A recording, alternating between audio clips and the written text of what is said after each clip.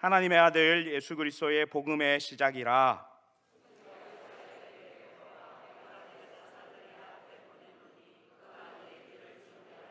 광야에 외치는 자의 소리가 있어 이르되 너희는 주의 길을 준비하라, 그의 오실 길을 곧게 하라. 기록된 것 같이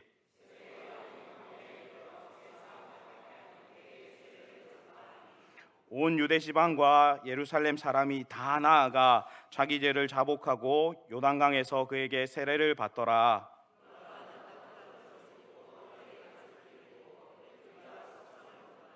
그가 전파하여 이르되 나보다 능력이 많으시니가 내 뒤에 오시나니 나는 굽혀 그의 신발끈을 풀기도 감당하지 못하겠노라.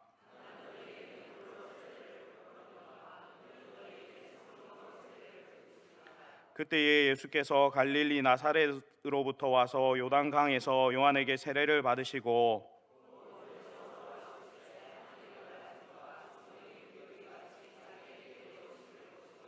하늘로부터 소리가 나기를 너는 내 사랑하는 아들이라 내가 너를 기뻐하노라 하시니라. 같이 읽겠습니다. 광야에서 40일을 계시면서 사탄에게 시험을 받으시며 들짐승과 함께 계시니 천사들이 수종 들더라. 아멘. 제가 9시에 초등부 예배를 함께 드리고 왔습니다. 그러면서 보니 우리 성도님들께 참 감사의 인사를 드려야 될 것 같아요. 우리 초등부 친구들은 설교를 하면 일어나서 대답하거든요. 뭐 질문을 하면 저요 막 일어나서 대답을 하는데 이렇게 잘 들어주시고 이렇게 집중해 주시니 참 감사드립니다. 오늘 본문에서는 세 가지 이야기가 등장하는데요, 광야에서 외치는 자의 소리였던 세례 요한의 이야기가 나오고, 그리고 그 세례 요한에게 세례를 받으시는 예수님 이야기가 나옵니다. 그리고 세례 받으신 예수님께서 광야에 가셔서 시험 받으신 이야기가 등장합니다. 오늘 첫 부분인 세례 요한 이야기를 좀 살펴보려고 하는데요, 먼저 2절과 3절입니다. 같이 한번 읽도록 하겠습니다. 2절 3절입니다. 시작. 선지자 이사야의 글을 보라. 내가 내 사자를 내 앞에 보내노니 그가 내 길을 준비하리라. 광야에 외치는 자의 소리가 있어 이르되 너희는 주의 길을 준비하라, 그의 오실 길을 곧게 하라. 기록된 것 같이. 방금 저희가 읽은 2절과 3절에 나오는 말씀은요, 구약 성경 이사야서에 기록된 말씀입니다. 그런데요, 이스라엘 백성들이 이 이사야서를 읽은 사람이 얼마나 되겠습니까? 세례 요한 한 사람만 이 이사야서를 읽었을까요? 그렇지 않죠. 이스라엘의 많은 사람들이 수두룩하게 이 말씀을 보았고 읽었을 것입니다. 그런데 이 말씀을 읽고 광야로 간 사람은 과연 누구입니까? 누구였습니까? 바로 세례 요한이라는 것입니다. 사랑하는 성도 여러분, 하나님의 말씀이 참 많습니다. 그 말씀을 붙드는 사람은, 그 말씀을 붙드는 사람이 하나님 앞에 쓰임을 받는 사람이지, 그 말씀을 듣고 가만히 놔두는 사람은 하나님께 쓰임받는 사람이 아니죠. 오늘 이 본문이 우리에게 보여주는 것이 있습니다. 이사야서의 글을 많은 이스라엘 백성들이 읽었을 거예요. 그런데도 정작 이 말씀이 하나님께서 나에게 하시는 말씀이다 생각했던 사람은요, 세례 요한 한 사람뿐입니다. 그리고 그가 어디로 갑니까? 광야로 가죠. 결국 그가 광야로 가서 광야에서 생활을 하면서 이 이야기가 어디로 이어지냐면 결국 예수님 이야기로 이어지는 것입니다. 그리고 결국 이 세례 요한이 메시아의 길을 예비하는 사람이 됩니다. 그리고 사람들에게도 그렇게 인식되기 시작하죠. 우리들은 부르심에 대한 소명에 대한 이야기를 자주 하죠. 그리고 우리는 그 부르심과 소명에 대한 이야기를 성경을 통해서 읽고 듣습니다. 성도들 모두가 성경을 읽고 듣고 내 가슴에 와서 확 새겨지는 말씀들이 있죠. 그리고 그 말씀이 어느 순간 내 인생을 이끌어가게 되는 것입니다. 그런데요, 내 마음에 하나님의 말씀이 새겨졌다라는 것은 하나님께서 일부러 우리의 마음에 새겨 넣으신 것일까요? 아니면 우리가 그 말씀에 끌려서 적극적으로 선택하고 그 말씀을 위해서 따라가는 것일까요? 우리는 이 답을 모르죠. 지난번 금요기도회 때 제가 이런 질문을 드렸습니다. 아마 다 알고 계실 것 같은데요, 하나님 나라 천국에 가면 성경이 있을까요? 없을까요? 하나님 나라 천국에 가면 우리가 가진 이 기록된 성경이 있을까요? 없을까요? 답을 정확하게 드리겠습니다. 가봐야 합니다. 가봐야 알겠죠? 근데 없을 확률이 굉장히 높습니다. 왜냐하면 말씀이 육신이 되어 이 땅에 오신 예수님이 그곳에 계시기 때문에 더 이상 기록된 성경이 필요가 없죠. 그래서 성경은 천국에 없을 가망성이 큽니다. 그러면 성경은요, 어디에서만 읽을 수 있습니까? 천국에서 성경 읽을 수 있습니까? 없을 것 같다라고 이야기 드렸죠. 그러면 기록된 성경은 어디에서만 읽을 수 있습니까? 지금 이 땅에서만 읽을 수 있다라는 것이죠. 그러면 이 성경을 읽는 것이 우리의 책임일까요? 특권일까요? 특권이죠. 책임이 아니죠. 이 땅에서만 할 수 있는 특권이죠.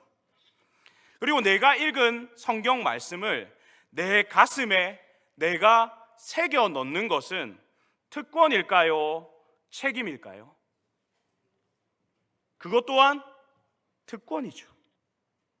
세례 요한이 읽은 이사야서의 이 말씀을 많은 사람들이, 많은 이스라엘 백성들이 읽었을 것입니다. 그런데요, 이 말씀을 누가 딱 붙잡냐면 세례 요한만이 이 말씀을 딱 붙잡고 광야에 갑니다. 그래서 세례 요한이 된 거예요.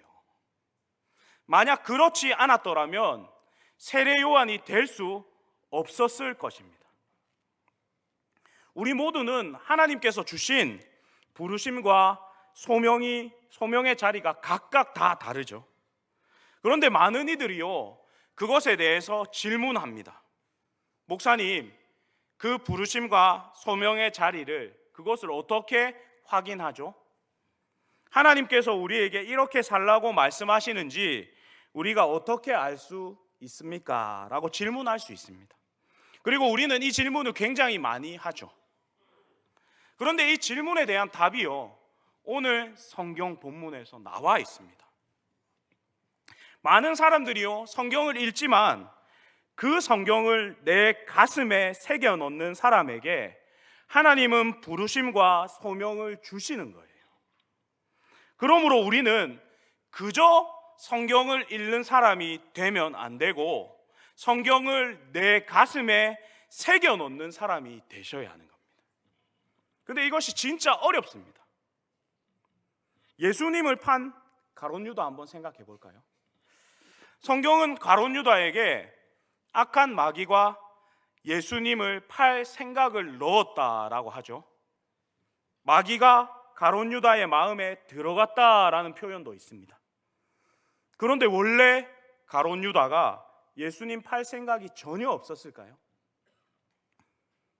생각해 보십시오. 가룟 유다에게 예수님을 팔 생각이 전혀 없었을까요? 그렇지 않죠. 왜냐하면 가룟 유다가 계속해서 예수님을 의심합니다. 왜 하필 예수님은 세리를 제자로 삼았을까?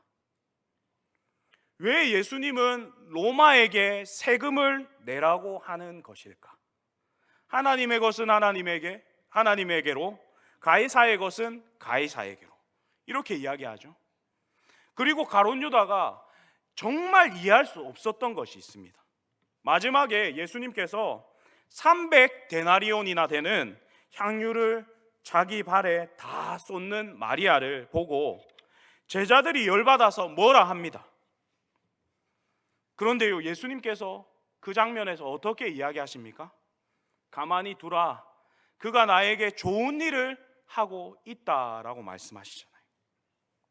가룟 유다가 이 장면을 보면서 이해할 수가 없는 거예요. 저 예수님 진짜 이상해졌다, 예수님 변했다, 300데나리온짜리를 혼자 다 먹다니, 저 사람이 정말 메시아여서 왕이 되면 과연 어떻게 될까? 가룟 유다는 이전에 전혀 그런 생각이 없었던 것이 아니죠. 계속해서 그 생각을 해왔습니다. 그런데 그것을 딱 하고 누가 잡냐면 마귀가 잡는 거예요. 사랑하는 성도 여러분, 본문에서 세례 요한이 이사야서의 글을 한 번만 읽었을까요? 저는 그렇게 생각하지 않습니다. 왜냐하면 세례 요한이 전에 머물렀던 공동체는요, 뭘 하는 사람들이었냐면 성경을 필사해서 남기는 것을 인생의 비전으로 생각하던 사람들이었어요. 그렇게 살던 사람들이었어요. 그러니까 이 사람들은 같은 성경을 계속해서 반복하면서 성경을 기록하고 남기고 읽는 거예요. 아마도 세례 요한 또한 회개의 메시지를 전하고 세례를 베풀기 전에 계속해서 성경을 쓰고 읽고 듣고 했을 것입니다. 그러던 중에 이 말씀을 쓸 때마다, 펼칠 때마다 이 말씀을 보는 거예요. 그리고 그것이 어느 순간에 탁 우리의 가슴에 새겨진 것이, 나는 그런 말씀이 전혀 없었는데 하나님께서 탁 우리에게 새겨주신 것일까요? 기본적으로 소명이나 부르심을 따라 살아가는 삶에서 우리가 해야 될 영역이 있습니다. 무엇이냐면 이 말씀을 읽어가는 것이죠. 그러면서 어느 순간 하나님께서 우리에게 하시는 일이 있죠. 그 말씀이 내 마음에 확 새겨지게 하는 거예요. 여러분들이 말씀을 계속해서 읽다 보면 하나님께서 하나님의 때에 그 말씀이요, 내 가슴에 확 새겨지게 만드신다라는 것이죠. 그리고 우리의 삶을 송두리째 흔들만한 인생 말씀으로 우리를 바꾸어 주시는 것이죠. 적어도 여러 번 반복해서 그 말씀을 읽어내고, 그리고 어려운 순간에 그 말씀을 붙잡고 기도하고 메어 달리다 보면 하나님께서 우리에게 그 말씀으로 역사해 주신다는 것이죠. 그래서 우리 가운데 성경을 계속해서 읽어내야 됩니다. 더 나아가 그 말씀을 우리의 가슴에 새겨내야 되는 것이죠. 그렇게 말씀을 붙잡는 우리 모든 교우들이 되었으면 좋겠습니다. 그 말씀을 붙들었던 세례 요한은요, 결국 자기 공동체를 떠나서 광야로 가게 됩니다. 그리고 우리가 알고 있는 것처럼 그는 세례 요한이 되죠. 말씀을 나의 것으로 붙드는 사람을 통해서 하나님은요, 항상 세상의 역사를 바꾸어 가셨어요. 오늘 내가 붙드는 그 말씀으로 하나님은 적어도 내가 속한 가정과 내가 속해 있는 학교와 내가 속해 있는 공동체를 변화시키고 바꾸어 주십니다. 이런 요한을 통해서 생긴 일이 있어요. 어떤 일이냐면 4절과 5절을 한번 집중해서 보도록 하겠습니다. 4절과 5절입니다. 시작. 세례 요한이 광야에 이르러 죄 사함을 받게 하는 회개의 세례를 전파하니 온 유대 지방과 예루살렘 사람이 다 나아가 자기 죄를 자복하고 요단강에서 그에게 세례를 받더라. 질문을 한 가지 드리겠습니다. 이스라엘에서 메시아를 기다리던 사람이 가장 많은 곳이 어디였을까요? 이 당시 세례 요한이 살던 곳 중에서 사람들이 가장 많은 곳이 어디였습니까? 예루살렘 성전이죠. 왜냐하면 그곳에 성전이 있었기 때문이죠. 아마 유대인들은요, 메시아가 오면 아마도 다윗을 닮은 메시아가 올 것이다 라고 생각합니다. 그래서 메시아가 오시면 예루살렘으로 오는 것이라고 생각했습니다. 그래서 예수님께서 역사 속에서 나귀 새끼를 타고 예루살렘에 입성하시는 장면을 한번 생각해 보시면 좋겠습니다. 사람들이 종려나무 가지를 들고 흔들면서 뭐라고 외칩니까? 호산나, 호산나라고 외치잖아요. 사람들의 인식 속에서 메시아가 오시는 곳은 다른 곳이 아니라 예루살렘입니다. 왜냐하면 그들의 중심이요, 예루살렘이거든요. 그러면 세례 요한은 메시아에 대한 이야기를 해야 되는 사람이죠. 그러면 세례 요한은 원래 어디로 가야 합니까? 원래라면 사람들이 제일 많이 모여있는 예루살렘으로 가야 합니다. 그런데 오늘 본문에서 세례 요한이 어디로 간다라고 증언합니까? 광야로 갑니다. 광야로 간다는 것 자체가 굉장히 신기한 것입니다. 왜 세례 요한은 예루살렘으로 가지 않고 광야로 갔을까요? 이유는 모릅니다. 왜냐하면 성경이 그것에 대해서 이야기해주고 있지 않기 때문입니다. 그런데 오늘 본문을 보면서 참 신기한 점이 있습니다. 예루살렘에 사람이 많았을까요?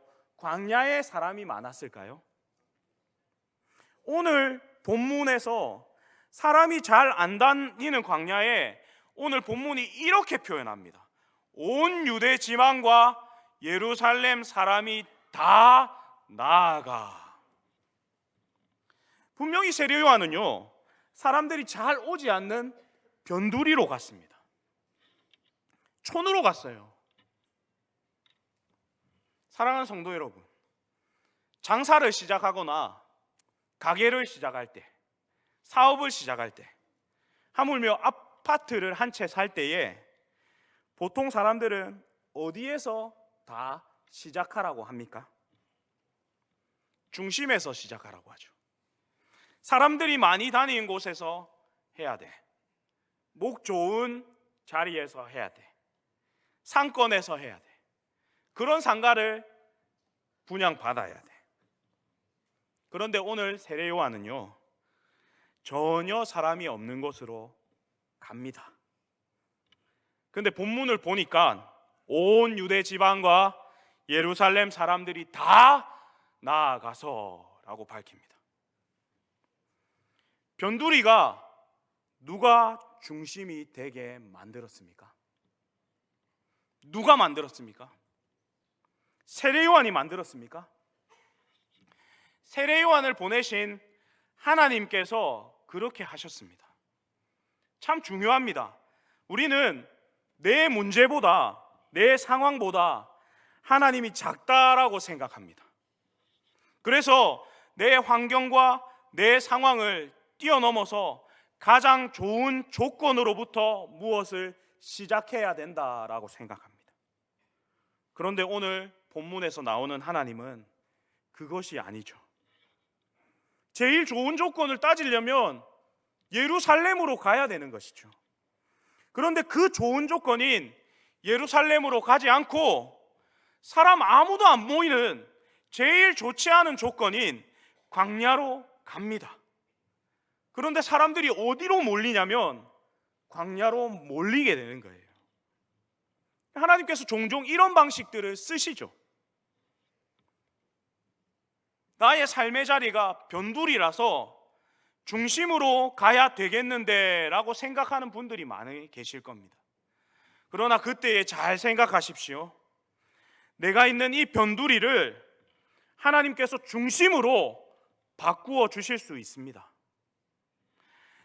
내가 있는 이 변두리를 하나님께서 중심으로 바꾸어 주시기 위해서 내가 해야 할 일이 딱 한 가지 있어요. 세례 요한이 무엇을 붙들고 광야로 갔습니까? 이사야서 말씀을 붙들고 광야로 간 것입니다. 결국 말씀을 붙드는 인생에게 하나님께서 주시는 은혜가 무엇이냐면 그곳이 세상의 중심이 되게끔 만들어 주신다라는 것입니다. 세상의 중심을 찾아서 갈 필요가 없습니다. 그곳이 그 사람이 있는, 말씀을 붙잡은 그 사람이 있는 곳을 하나님은 중심으로 만들어 주시는 하나님의 경험이 훨씬 더 파워풀하죠. 오늘 우리 어른 세대들이 이 말씀을 붙잡았으면 좋겠습니다. 다음 세대를 위해서 이렇게 기도했으면 좋겠습니다. 변두리지만, 깡촌이지만 여기에서 하나님의 말씀을 붙잡고 살아가는 그 자녀들에게 하나님께서 역사하셔서 그 변두리가 중심이 되게끔 만들어주시는 역사가 우리 가운데 있을 줄 믿습니다. 모든 이스라엘 사람들은요, 원래 예루살렘을 찍고 자기 집으로 가는 법이거든요. 그런데 오늘 본문이요 알려줍니다. 예루살렘을 찍고 나서 한 군데 더 돌아간다라고. 온 유대 지방과 예루살렘 사람들이 다 나와서 세례 요한이 있는 광야를 찍고 갑니다. 거기서 세례 요한이 어떠한 인생을 살았는가? 6절에서 8절을 같이 보도록 하겠습니다. 6절에서 8절입니다. 시작. 요한은 낙타털을 입고 허리에 가죽띠를 띠고 메뚜기와 석청을 먹더라. 그가 전파하여 이르되 나보다 능력이 많으신 이가 내 뒤에 오시나니 나는 굽혀 그의 신발끈 풀기도 감당하지 못하겠노라. 나는 너희에게 물로 세례를 베풀었거니와 그는 너희에게 성령으로 세례를 베풀시리라. 아멘. 세례 요한이요 어떤 복장을 가지고 있습니까? 옷 한 벌에 허리띠, 가죽 허리띠 하나 메고 있습니다.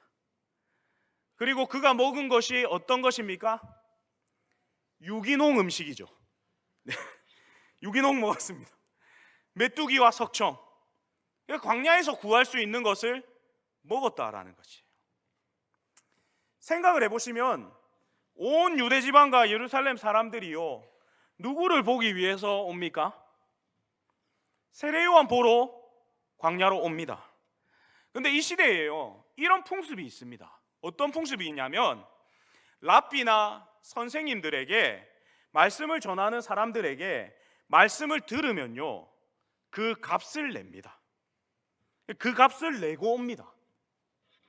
그래서 이 시대의 선생님들이나 랍비들은 가능한 한 많은 사람들에게 말씀을 전하고자 합니다. 왜냐하면 그것이 곧 자기의 삶의 질과 연결되어 있기 때문에. 그래서 많은 랍비들은 제자들을 거느리고 있죠. 상식적으로 생각해 보면 온 유대지방 예루살렘 사람들이요 세례 요한에게 온 사람들이 엄청 많습니다. 그리고 세례 요한이 전하는 말씀을 듣고 그렇지 저거야 하면서 세례받고 그냥 돌아갔을까요? 이 시대의 관습상 그냥 돌아가는 사람들은 단 한 명도 없었습니다. 자기가 가지고 있는 것들 중에 자기가 할 수 있는 것들을 내어놓고 가죠. 두고 가죠. 그러면 세례 요한은요 앉아서 끌어모으는 겁니다. 지금 세례 요한 앞에 사람들이 놓고 가는 것이 굉장히 많습니다. 근데 오늘 본문이 증언하는 것 중에 하나가 세례 요한이 거기에 관심 없다라는 말입니다. 그 사람들이 가봤더니 세례 요한 그 사람 돈만 밝히더라. 그러면 찾아오는 사람들이 늘까요? 줄어들까요? 줄겠죠. 근데 가봤더니 그 사람 진짜더라. 그러면 사람들이 늘까요? 줄까요? 찾아오는 사람들이 줄지 않았던 이유가 바로 여기에 있습니다. 세례 요한이요 할 수 있지만 하지 않은 거예요. 먹을 수 있지만 안 먹은 거예요. 가질 수 있지만 안 가진 거예요. 이것이요 정말 중요합니다. 저 사람은 정말로 믿을 수 있는 사람이다 라는 것을 이 장면이 만들어 줬다니까요. 가죽 옷 입고 가죽띠 허리띠 하나 메고 메뚜기와 석청만 먹고 있는 그 세례요한을 보면서 아, 저 사람만큼은 진짜 믿을 수 있는 사람이다 라고 사람들에게 믿음을 준 거예요. 그리고 세례요한의 말을 좀 집중해 보십시오. 그 사람이 하는 말이 사실이라서가 아니라 그 말하는 사람이 어떤 사람이냐에 따라서 그 듣는 사람은 달라지죠. 그 말하는 사람이요 진짜 믿을 만한 사람이면 그 사람이 잠깐 거짓말을 해도 뭐라고 이해하냐면 진짜라고 믿습니다. 왜 세례요한에게 사람들이 끊임없이 오게 되었을까요? 그는 자기가 가질 수 있지만 안 가진 거예요. 먹을 수 있지만 안 먹은 거예요. 누릴 수 있지만 안 누린 거예요. 그것을 보고 사람들이 어떻게 평가했냐면 저 사람 진짜다.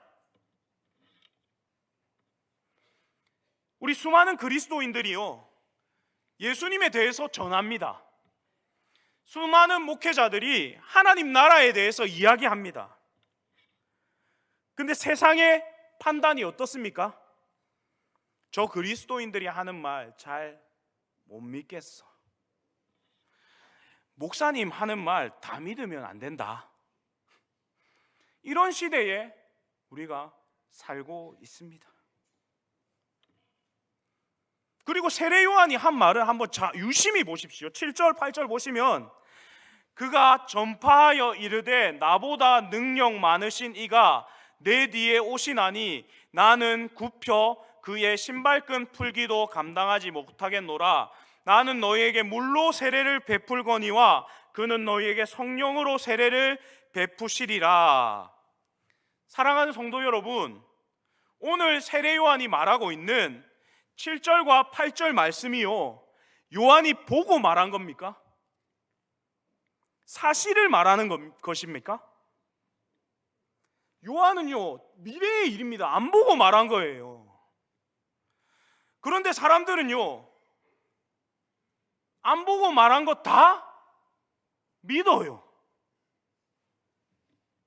우리는 본 것을 말해도 잘 믿지 않는데 본문에서 보지 않은 것을 이야기해 주는데도 사람들이 귀 기울이는 겁니다.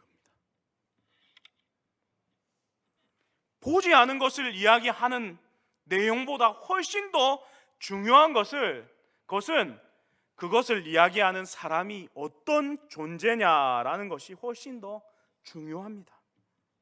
사람들이요 세례요한의 말에 수긍하고 세례요한의 말을 믿고 세례요한이 주었던 세례를 받았던 이유가 이거죠. 이 사람이 말하는 것 진짜야 라는 믿음을 주었기 때문입니다. 우리 모두는요 다 그렇게 생각합니다. 바른 말만 하면 된다. 우리가 하는 말 바르게 말하면 된다. 상황이 어떻든 간에 중요한 건 바른 거다라고 생각합니다. 그리고 하나님 나라에 대해서 이야기합니다. 천국에 대해서 소개합니다. 지옥에 대해서도 이야기합니다. 사랑하는 성도 여러분, 천국과 지옥에 대해서 보고 얘기하시는 분 계십니까? 다 못 봤습니다. 그런데 왜 이야기하는 것일까요? 내가 믿는 하나님께서 있다고 하시니까 이야기하는 겁니다. 그런데 우리가 보지도 않고 경험하지도 않은 것을 이야기하는데 그걸 들은 사람들이 어떻게 이 사실을 믿어주겠습니까? 그것을 들은 사람이 그것을 믿어주려면 조건이 한 가지밖에 없습니다. 내가 믿을 만한 사람이 되어야 하는 것이죠. 우리는 다 신자입니다. 그리스도인입니다. 그리스도인들이요 예수님에 대해서 이야기할 때에 딱 두 종류의 사람이 됩니다. 하나는 복음의 디딤돌이 되든지, 또 다른 하나는 복음의 장애물이 되든지. 입으로는 예수님 이야기하는데 그의 몸이 예수님을 보여주지 않으면 오히려 그 예수님을 많이 말할수록 복음의 장애물이 되는 것이죠. 세상에는 원래 두 종류의 사람뿐이었습니다. 기독교인과 비기독교인. 쉽게 말해서 예수 믿는 사람과 안 믿는 사람. 그런데 요즘에요, 한 가지 분류의 사람이 더 생겼습니다. 그게 누구냐면 반기독교인. 반기독교인들은 예수 믿지 않는 사람들 때문에 생겼을까요? 예수 믿는 사람들 때문에 생겼을까요? 믿는 사람들 때문에 생겼죠. 그러므로 오늘 우리에게 주는 본문의 메시지를 잘 기억해야 합니다. 세례 요한이 말한 모든 것은 그가 본 것이 아닙니다. 앞으로 그도 보게 될 것이고 사람들도 보게 될 미래의 일이죠. 근데 그 말을 사람들이 믿을 수 있었던 이유는 딱 한 가지입니다. 세례 요한이 진짜 믿을 만한 사람이었기 때문에. 이유는 그가 먹을 수 있는데 안 먹었고, 할 수 있는데 안 했고, 가질 수 있는데 안 가졌고, 누릴 수 있는데 안 누렸기 때문입니다. 사랑하는 성도 여러분, 우리는 과연 어떻습니까? 먹을 수 있는데 안 먹는 사람 있습니까? 할 수 있는데 안 하는 사람 있습니까? 가질 수 있는데 안 가지는 사람 있습니까? 누릴 수 있는데 안 누리는 사람 있습니까? 사람들이 그것을 보고 판단합니다. 오늘 본문에서 세례 요한은 그것을 했기 때문에 사람들이 저 사람 진짜야 라고 말한 겁니다. 사랑하는 성도 여러분, 2020년 바라기는 우리 전포교회 가족들이 참으로 이런 평을 들었으면 좋겠습니다. 전포교회 다니는 성도들은 참으로 믿을 수 있는 사람이야. 저 사람이 믿는, 저 사람이 소개하는 예수는 나도 꼭 믿을 수 있는 예수님이야 라고 우리 성도님들을 통해서 하나님 나라가 마음껏 선포되고 그렇게 전해지는 모든 교우들이 다 되었으면 좋겠습니다. 다 같이 기도하겠습니다.